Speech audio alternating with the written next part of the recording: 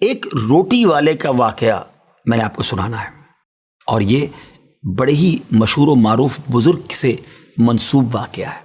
حضرت ابو بردہ رضی اللہ تعالیٰ عنہ راوی ہیں کہ حضرت ابو موسیٰ اشعری رضی اللہ تعالیٰ عنہ کی جب وفات کا وقت قریب آیا تو انہوں نے اپنے بیٹوں سے کہا کہ اے بیٹو، روٹی والے کو یاد رکھنا۔ پھر یہ واقعہ خود ہی بیان کیا کہ وہ روٹی والا کون تھا۔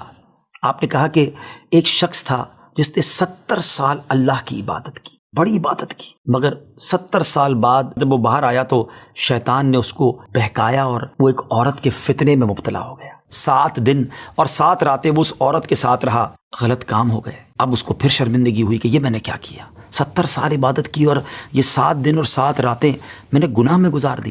بڑا شرمندہ، بڑا نادم، قدم قدم پر سجدے کرتا جاتا، توبہ کرتا جاتا۔ اب چلتے چلتے چلتے ایک مسافر خانے میں پہنچا تو وہاں 12 مسکین لوگ پڑے ہوئے تھے، لیٹے ہوئے تھے۔ اس نے بھی جگہ بنائی اور ان کے درمیان جا کر خود بھی گر کر سو گئے۔ اب رات میں ایک شخص آیا جو ان کو کھانا دیا کرتا تھا، روٹی دیا کرتا تھا۔ ایک ایک کر کے 12 روٹیاں لے کر آیا تھا، اس کو پتا تھا یہاں 12 مسکین رہتے ہیں۔ ایک ایک کر کے سب کو روٹی دینے لگا۔ وہ شخص جو یہاں آ کر اچانک بیچ میں آ کر لیٹا تھا، اس کو بھی وہ مسکین سمجھا اور اس کو بھی روٹی دے دی۔ لیکن ظاہر ہے کہ اگر ترتیب سے روٹی دیتے دیتے آگے آئے تو آخری نمبر والے کو روٹی نہ ملی، کیونکہ یہ تو 13 ہو چکے تھے۔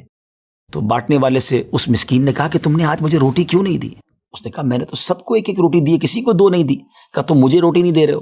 بہرحال وہ ناراض ہو گیا کہ ٹھیک ہے، پھر تم اگر یہ سمجھتے ہو کہ میں بددیانتی کر رہا ہوں تو میں تمہیں کچھ بھی نہیں دوں گا۔ یہ کہہ کر وہ شخص تو چلا گیا، مگر وہ مسکین بیچارہ بھوکا رہ گیا۔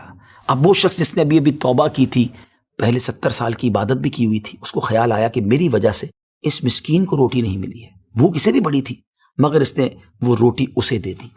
شدید بھوک لگی ہوئی تھی، رات بھر بھوک میں تڑپتا رہا اور اسی بھوک کے عالم میں صبح اس کا انتقال ہو گیا۔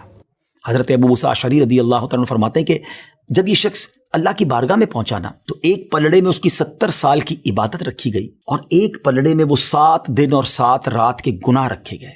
تو فرمایا کہ وہ گناہ جو تھے وہ 70 سال کی عبادت سے آگے بڑھ گئے، یعنی اب اس کے لیے گویا حکم ہو سکتا تھا کہ وہ جہنم میں جائے، مگر ان 7 دن کے گناہوں کے سامنے وہ روٹی رکھی گئی، اور اس روٹی کی برکت سے، کیونکہ وہ اخلاص کے ساتھ ایثار کی گئی تھی، مسکین کی مدد کی گئی تھی، وہ 7 دن کے بڑے بڑے گناہ معاف کر دیے گئے اور وہ جنت میں چلا گیا۔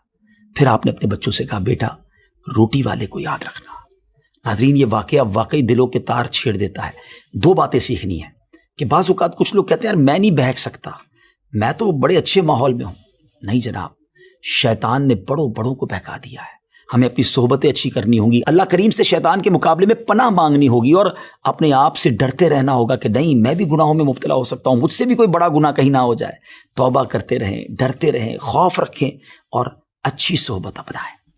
اور دوسری بات، صدقہ جو ہے نا وہ گناہوں کو مٹا دیتا ہے۔ صدقہ اللہ کی بارگاہ میں بڑا پسندیدہ ہے، غریبوں کی مدد کرنا یہ اللہ کو بڑا پسند ہے۔ ہمیں بھی چاہیے کہ وقتاً فوقتاً اپنے غریب پڑوسیوں، غریب رشتہ داروں، غریب مسلمانوں کی مدد کرتے رہیں۔